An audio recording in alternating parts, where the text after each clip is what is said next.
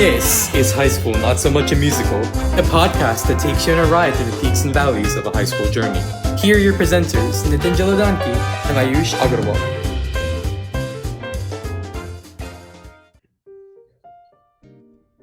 Hello, everybody, and welcome back to this episode of High School Not So Much a Musical. Today, we are joined with Sai Ponnapalli, who is a movie enthusiast and is also a sophomore at UT Austin studying neuroscience. So, Sai, could you please give the listeners a quick introduction about yourself, talk about what you do, and maybe some of the social media platforms that you're on? Yeah, for sure. Hi, everyone. My name is Sai Ponnapalli. I am a sophomore at UT studying neuroscience, and I am a huge movie enthusiast. As I said earlier, I like to review all sorts of movies. Mainly, I focused on Hollywood and Indian movies. I'm on Twitter, Instagram. Basically, what I like to do is I have a website, and I freelance for other websites too. But when I get the time, I just watch movies in theaters or wherever they're available, and then just write on them. So yeah, and then in my free time, besides watching movies, I just like to play sports and watch TV. So cool. So on your website, Sai Says Movies, make sure to check it out for our listeners. We can link it in the bio as well. But it's super cool because you've kind of divided the various movie studios, Hollywood, Bollywood, Tollywood, and given reviews for the new movies for each. So if you could talk a little bit about that website, how you kind of got the idea for it, and like you can go from the very start. Where did your passion for movies themselves really get started? yeah, for sure. So I think my passion for movies has always been there. I come from a relatively big movie watching family. We watching a movie every Friday, that sort of thing. I grew up for a big portion of my life in California. So in California, we used to have these $5 theaters. Every Tuesday, they used to have like $5 tickets for the newest Indian movies. And that was where I would watch most of my movies growing up. And that passion just really translated a lot over to my, present day, where I began to watch a lot more movies. And the more I watched movies, I forgot who said this quote, but someone said the quote, like, the greatest teacher of all time is just observation, right? So the more I watched movies, the more I began to get a little bit critical of movies, in the sense where I would be able to point out the various aspects of filmmaking and see where a movie either scored higher in filmmaking or scored lower in filmmaking.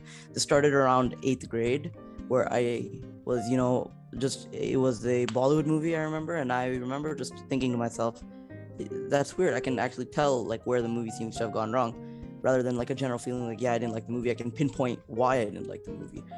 So I decided to take my passion a little bit further, and I took some film classes at the University of Houston, and I took a few film online certifications.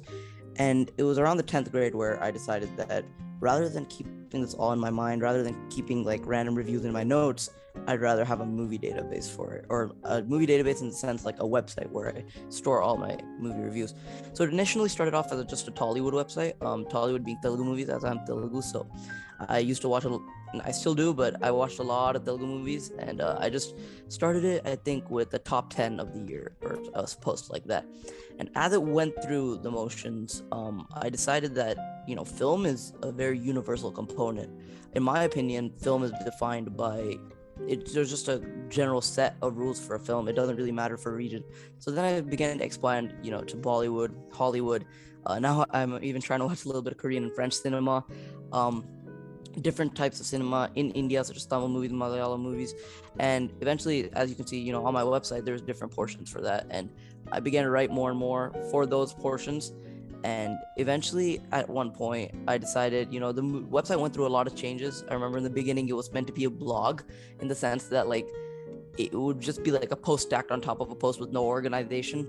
The website went through a lot of changes. I definitely brought a lot more organization into it and made it seem a little bit less casual and a little bit more professional, in the sense that, I want to write my reviews in a very professional manner and give a very professional outlook on movies. And, it's continued on. I don't think that my passion for movies has decreased. I would rather say that it's increased due to the website. I began to write freelance for a few websites too, such as India Currents. I write for 123 Telugu now.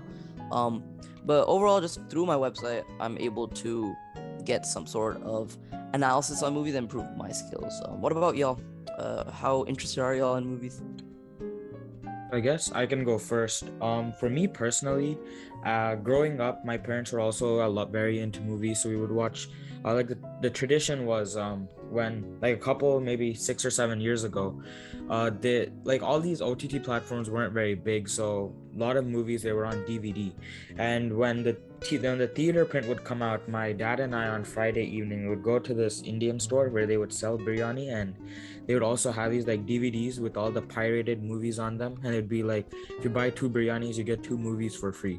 So we would do that, buy two DVDs, go home, and our whole family would watch movies. And then like throughout middle school, I guess that kind of like waned down a little bit. We didn't really watch that much, but then going back into high school, I got really back into watching the movies since they became so accessible, watching them on computer and stuff like that.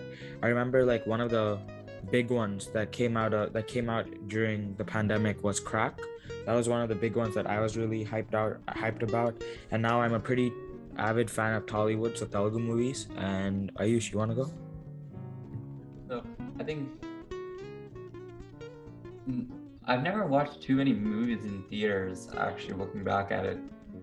I think mostly my parents and I just wait for the movie to a month or two later just come on like whatever streaming platforms we have and kind of watch it on there.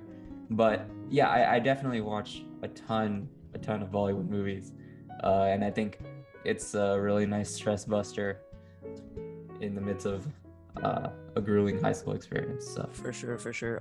For me personally, I know that college can get really on my nerves sometimes, especially with the entire setup and how it's like basically a high intensity pressure cooker. The theater experience for me is just, somewhere where I can just, it's an extraterrestrial experience where, the surround sound, the screen, the visuals, it's just the experience in a whole for me. And that definitely grew a lot. I used to watch most of my movies on OTT too. But once I, came to college, started earning a little bit, I decided that, since I enjoyed the theater experience so much, might as well experience it in theaters too. But definitely I agree with the fact that the theater experience is something, and then the OTT experience is also, it's very nice to just, have movies at the palm of your hand, just like on websites and stuff. So just for like the audience who doesn't know what OTT is, could you just give like a quick rundown of it? Because it's basically just like Netflix and Amazon Prime, where you can get content directly through your like streaming devices.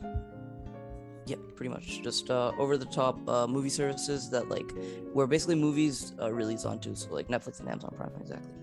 Okay, sounds good. So one of the questions that I had, so we previously interviewed one of my friends who's 16 years old. He wants to go into Tollywood and become an actor. And one of the questions that I asked him was, who was your biggest role model or the actor that you looked up to, whether it was just for their acting style or for the roles that they played, that made you really love Indian cinema? So for you, who was that one person? It can be in any movie industry, but who was like that one person that really showed you that your love for movies was something that was justified? Because like we all have that one actor that we love seeing on screen and we'll do anything to see them on screen. So who was that for you? Yeah, only one name pops to my mind: natural star Nani from Tollywood. I'm a diehard fan of him. He's my wallpaper. He's my keyboard wallpaper. I have a huge poster of him in my room. I saw his recent movie Sham Singh. I saw that 4 times in theaters. Basically, my fandom with Nani, the more my fandom with Nani grew, is very proportional to how much my interest in cinema and how much my blog grew. I remember it was February 4th, 2017, was the release of his movie Nenu Local. And that was the first movie I went to alone, like just no one, just me and the screen. And it was a booked out theater. I sat in row B, and I remember thinking to myself, I'm just here to watch a movie alone. I don't have any expectations. It might be, it might be a decent movie. It might be worth my time. Let's see. And what I got was 2 hours and 35 minutes of just amazing entertainment, amazing acting, amazing swag. I fell in love with this man's screen presence, this man's charisma, and just this man's relatability, but at the same time, playing a larger than life figure without having any of the like classic Bollywood and Indian cinema tropes that we associate Indian cinema with like people flying through the air. His comedy, his charm, his subtlety, his intensity, his emotional scenes, everything just spoke to me on an extraterrestrial level. And it was after that day that I remember that I started my blog 2017 December, and by that time I was already like a well established, like I was a diehard fan of him. And I think through the 2017, he had 3 releases in 2017. I think to this day it's still its most successful year. And as he began to put out more and more hits, I began to become more and more invested into the entire movie process, movie making process. Nani movies are something that I can never review. I just go as a fan and experience it as a fan. Just like this may sound a little bit like weird, but just papers and like I scream in theaters whenever I see them and stuff like that. Throw papers on the screen. I clean up after myself too, so that's not the problem. But yeah, I'm a huge fan of him, and I think definitely apart from his acting, it's also his like simplicity, his humility, just the relatable factor that he exudes. It's like seeing someone next door become an actor. It's like seeing my friend become an actor.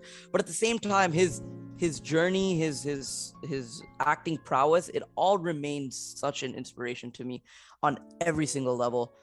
He's also one of the people in the industry that came out without any backing, and I think definitely for I've definitely had thoughts about going to the industry at one point. I'm pretty sure everyone who likes Telugu movies has had thoughts about going to the industry at one point. And seeing people go in with no backing whatsoever, like Ravi Teja in Crack, right? Seeing people go into the industry, actors especially, and establish their name is definitely a huge inspiration. So yeah, a little bit of long answer, but yeah, definitely natural star Nani. Yeah. Oh yeah, you should go ahead.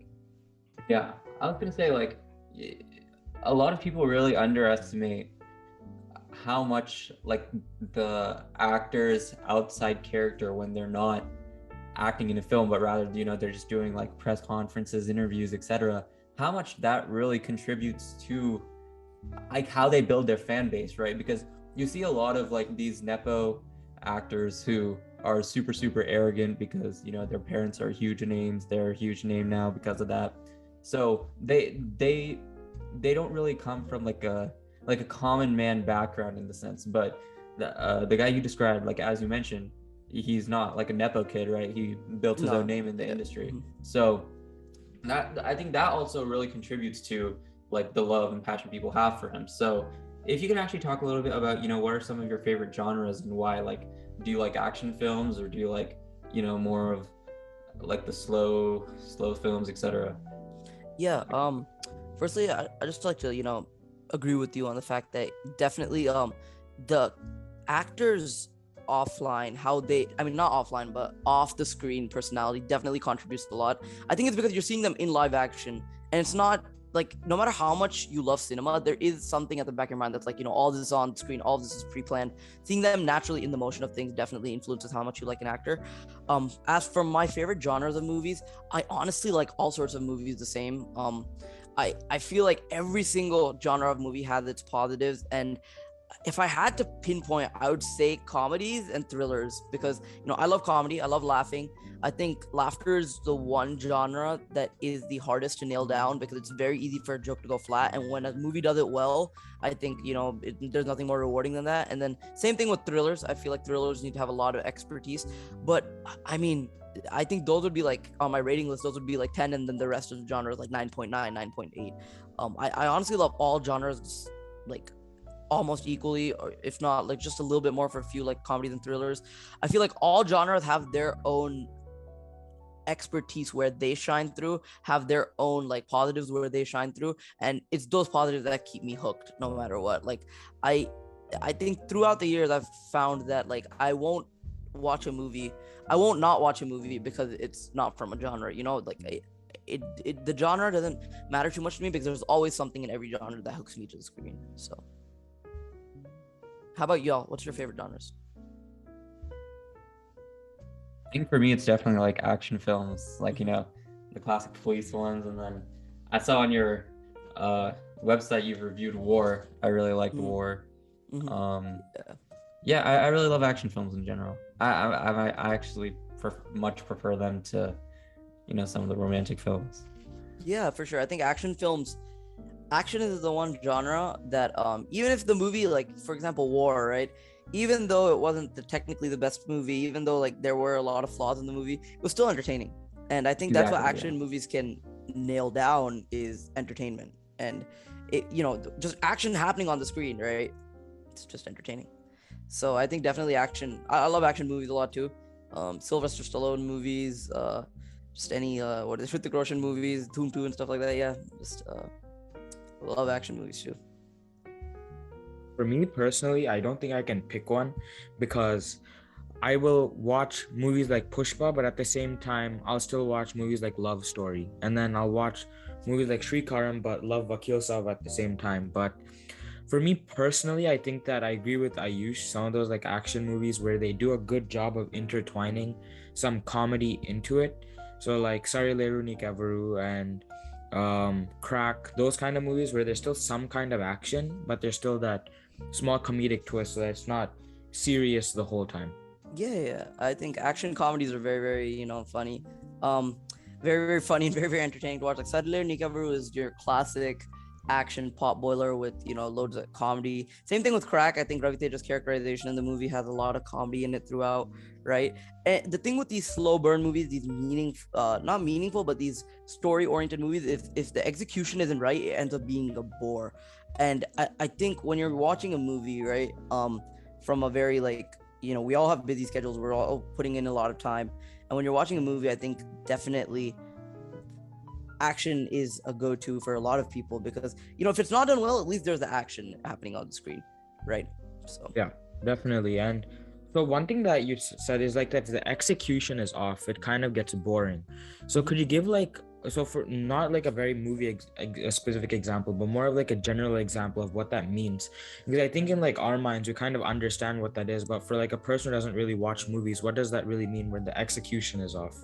yeah, so when I say that the execution is off, right, for a story-oriented movie, so first I gotta like detail a little bit about what commercial elements are. So commercial elements are things like, songs in an Indian movie perspective, songs, action blocks, comedy blocks. Commercial elements is what appeal to the majority of people, right? And when I say that execution is off, such as if you have a good plot, but if you don't picturize it correctly, if your layering of your sequence of events isn't set properly, if your writing isn't good, if some scenes are written very lazily, like for example, if your writing doesn't make sense and if it like abridges a lot of holes and gaps in the story, if the movie is narrated in a very confusing manner, uneven manner. For example, I was watching the new Deepika Padukone movie called Gheraiya, right? It was a good movie, but the movie is a movie relating to like affairs and how that relates to society, and it suddenly turns into a little bit of a spoiler alert here. It suddenly turns into like a thriller mode, like oh my god, it's a gritty thriller all of a sudden, and it's those tonal changes are examples of like the execution being off, in the sense that suddenly like the narration, without smoothly being incorporated into, like if the movie wants to go the thriller way, it's instead of smoothly leading to a very, very thrilling way, just suddenly going to a thriller mode and writing in scenes like that, it doesn't really connect to the viewer because they're very surprised with the sudden tonal shift. So I think the execution being off in the sense that when there isn't many commercial elements in a movie to keep the movie going despite flaws, your execution in terms of how you write the movie, how you picturize the movie, how you sequence out the movie, and how you visually tell each scene as in correlation to the story is very important. And when at least even when one of those elements goes astray, it ends up with the execution going off and not connecting to the audience at the end of the day. So that's what I meant when I said the execution is off in these type of slow, meaningful movies that intend to bring out a message. And I would definitely like these types of movies, if done right, are the cream of the crop. They're like your Godfather, your Shawshank Redemption, the cream of the crop. They're the best types of movies you can possibly see. But if they're done wrong, it ends up being a very very gruesome ordeal for viewers to sit through. Viewers tend to go through a lot of boredom. There seems to be a lot of lag or a lot of unneeded scenes, and I think that's what I mean when I say the execution off. Now, I'm not saying that commercial movies definitely can get their execution wrong too, like random action scenes in the middle, random item songs or random songs random item songs, random action scenes.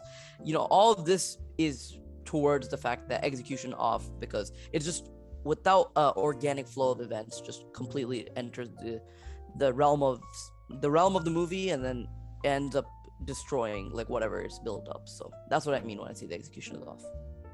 Yeah, that makes a lot more sense. And I think that one of the great examples of this, especially looking at the review on your website, was Saho, which you gave a rating of 1.5 out of 5.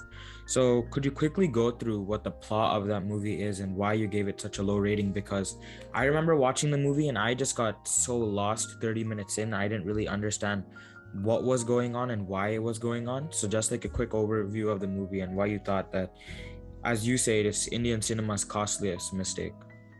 Yeah, I have a funny story with Saho. So, I wanted to catch that one first day. Saho is the movie of Prabhas after Bahubali, an action thriller, promised a lot of things at the outset. I wanted to catch it first day. So, and the first show was at 4 p.m. My school ended at 2:45. So what I did is I had to go instantly, right? And I got delayed for some reason. So by the time I left school, it was 3:40. So I threw down my backpack. I literally left my backpack at the school because I didn't have time to put it in a specific place, which I had originally planned. I threw down my backpack, ordered an Uber in class, literally rushed out, went into the Uber and made it just in time to theater. I sacrificed. I put my laptop and everything in my bag, right? So a lot of things were gone. My time was on the line there. And instead, what I got at Saho after after risking that much was a meth. So Saho's basic plot is when a crime syndicate head dies, right? A lot of his, colleagues in the mafia setup try to go for that top spot. And in order to go for that top spot, they need this key to their fortune. It's kind of like a black box. I think that's what they refer to it as. And at the same time as these people trying to get the black box, there's a series of robberies that happen. And, our hero is the police officer, and he tries to, go in and connect the two. And what eventually leads throughout the entire thing, there's a lot of twists, there's a lot of turns in the movie. And what eventually leads through the entire thing forms the rest of the story. What I didn't like with the movie at all was the writing or the main script idea and the screenplay. The screenplay, in my opinion, was very messy. It was very jumbled. It was all over the place. Scenes were flying in from the middle of nowhere. There was multiple arcs that had been written in. All the arcs had been written very messily. There were multiple arcs that were writing in without developing the other one. A lot of emphasis on bland comedy instead of actual story development. And when things went really that wrong, they would insert a song or an action block. And as you said, Nathan, I also got very confused my first time because randomly in the middle of nowhere, there's a scene that's supposed to be a twist with some characters that have been shown before, just randomly coming back and associating with the villain. Random characters introduced in the middle of nowhere, random arcs, the screenplay going completely astray in the sense that scenes were not developed properly. Scenes just came one after another without any sort of development. They could be in a love scene and then cut, they're in the middle of an action scene. They could be in the middle of an interrogation scene and then cut, there's a scene regarding the villain. There wasn't a flow, and by the time the movie had some clarity as to where it was going, it eventually just ended up crash landing. With the movie ended up being very predictable, very stale, using the same tropes over and over again. And by the time the screenplay had actually got a grip of itself and tried to be somewhat understanding, it ended up being too late. There's a 22-minute action sequence in the movie that was very impressive, but it came in absolutely the middle of nowhere with no relation whatsoever. So it made no sense whatsoever to the entire story. And it's hard seeing that because when you're in a movie like Saho where, they wanted to make a very sleek, stylish action thriller, but the entire first half is completely jumbled and the second half continues to jumble whatever you knew before, it just doesn't make any sort of connection to the viewer. And that's exactly what I thought was happening, is that the core idea was decent. The writing turned out to be very confused, jumbled, stale. The screenplay ended up being very messy. And the narration, the director Sujit just didn't know what he was doing with the movie. I called it India's cinema costliest mistake because they spent 350 crores on the movie. I just wish they spent a little bit more time writing the movie well, and I wish the producer that actually read the script before investing that much, because if they did, I guarantee you the movie wouldn't have happened. But yeah. Okay, yeah, that makes a lot more sense because when you explain it to me about how there were like different types of arcs that were coming in and how they Mhm. clashed, I think that makes a lot more sense on why it came out so lackluster. So one question that I had regarding that was when a hero makes their like let's say a really good hit, like you said Bahubali, why do you think that they can basically just take it easy on themselves and not really put in the same amount of time and effort to make a high quality movie? Because I'm pretty Saho left a lot of people disappointed. But do you think that that will have reciprocations for Radhesham, which is coming out in way less than a month?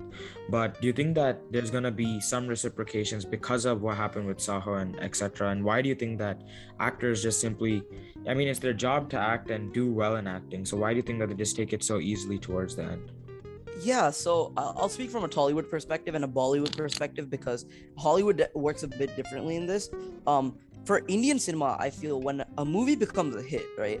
I was reading the statistics somewhere. The average percentage of movies that are successful at the box office on a good year is 15%. 15% out of the hundreds of movies that they take a year. So when a movie it's very rare for a movie to become like a well-rounded hit. When it becomes a hit, what a hero looks to do is rather than experimenting with good scripts, rather than trying to put an emphasis on the story, he looks for fan elements. And that's what happens a lot. There is some change that's coming, but when a hero gets a hit, he puts his entire focus on the same elements as what the hit was, the fan elements, and what appeals the most. Now, for Prabhas, for example, right, he got Bahubali. It was known for its grand scale, good action sequences, good, twists in story, good twists, right? Why Kattappa killed Bahubali? I mean, that's a spoiler, but hopefully, people have seen Bahubali by this point. But why Kattappa killed Bahubali after Bahubali 1 was a huge, huge twist, right? It was known for all this. So what Prabhas tried to look for, in my opinion, what he tried to look for was a movie with twists, a grand scale, some action. And without putting enough of an emphasis on how the story is written, how the movie's flowing, and how the screenplay pans out in the entire scope of the movie. Focusing on specific elements of a movie doesn't go anywhere. And the first script probably, that came across, or one of the first scripts was Saho. Saho has the grand scale. Saho does have action. Saho did have twists. Do any of them add anything to the movie? No, right? And it's very disheartening to see, Prabhas is a talented actor. He's a very good guy off screen too. And it's very disheartening to see the fact that, he looked at a few things. He got tempted by this fact of a large scale with a lot of twists, in my opinion, and he went for it. And you can see the same thing with Ravi Teja too. He scored a hit like crack. With a good action movie with a nice amount of comedy.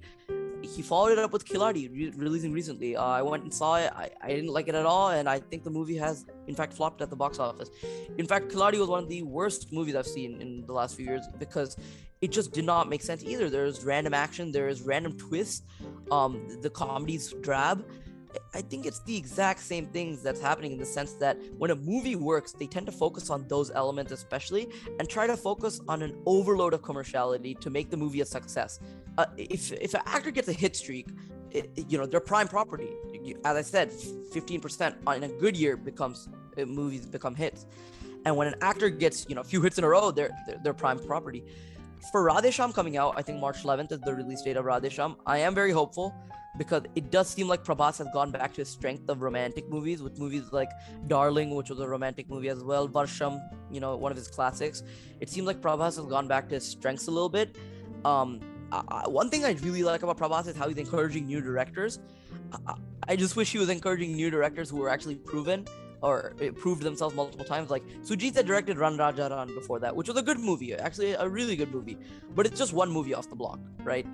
Same thing with Radha Krishna Kumar, who's directing Radhesham. He directed Jil, which was a decent action movie again. But Prabhas is encouraging them. Radhesham does not look too bad. There is some elements that are very concerning to me, especially the comedy as seen by the trailer and like an overemphasis on this, this characterization of Vikramaditya, and they seem to be gelling too many elements at once. I hope Radhesham is good. I think Prabhas is slightly selected out of his script zone. A fun fact about Radhesham was it was supposed to be filmed in 6 months and released in like 8 months. And they've made the movie 3 years, which means the movie has gone through a lot of changes in production. And all I can hope for is that, Prabhas has learned from his mistakes. He seems to have gone back to his comfort zone, which is in the scope of this good because, he hasn't had a romantic movie in quite a while. So he seems to be experimenting a little bit with the genres, which is nice too, presenting himself in a vintage but in this, context, a new light. I hope that he's, selected a good script here rather than a script that is very superficial and glossy but doesn't have any soul inside it. And that's really what I hope for the movie. That's our show for today. Now roll the credits. High School Not So Much a Musical is hosted by Ayush Agarwal, Nitin Jaladanki, and Rishi Sinha. Narration by Samhit Padala. Music from Louis Luang Relaxation Cafe, Tune Pocket, and Infraction. If you like the show, please recommend it to your friends and family. Thank you so much for listening, and we'll